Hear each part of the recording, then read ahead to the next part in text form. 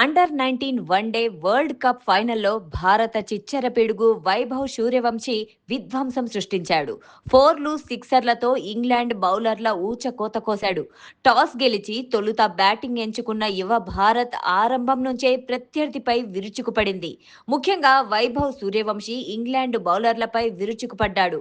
14 ఏళ్ల ఈ IPL sensation కేవలం 55 బంతుల్లోనే సెంచరీ బాదేశాడు. ఇందులో 8 ఫోర్లు, 8 సిక్సర్లు ఉన్నాయి.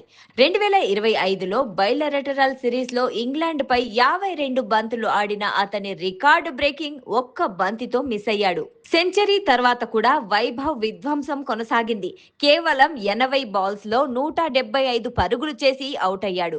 ఇందులో 15 ఫోర్స్, 15 సిక్సర్లున్నాయి. వాస్తవానికి ఈ వరల్డ్ కప్ లో ఇప్పటి మాదిరిగా ఆడిన సూర్యవంశీ సరిగ్గా సెమీస్ నుంచి ఫుల్ ఫామ్ లోకి వచ్చేశాడు.